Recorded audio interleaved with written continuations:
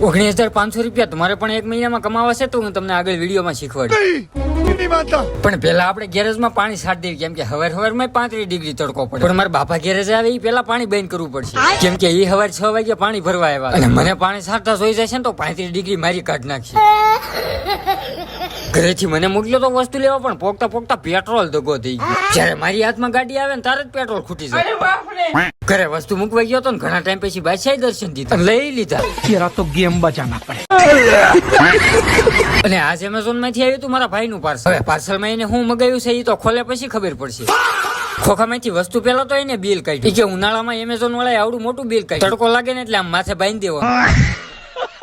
પછી હું ને મારો ભાઈ બેન ખરા તડકાના ઉપડ્યા 4 વ્હીલ લેવા. તો હવે વાત આવી છે કે 19,500 રૂપિયા 1 મહિનામાં કેવી રીતે કમાવા. તો એની માટે તમારે કઈક નોકરીએ સડવું પડે. આમ નામ રખડશો તો નહીં મેળ આવે.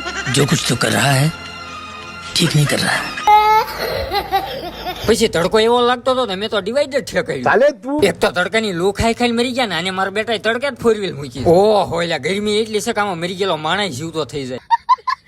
ખરા તડકાની બોલે 4 વ્હીલ માં ગીતની બહાટી ઉપડ્યો ઘેર છે.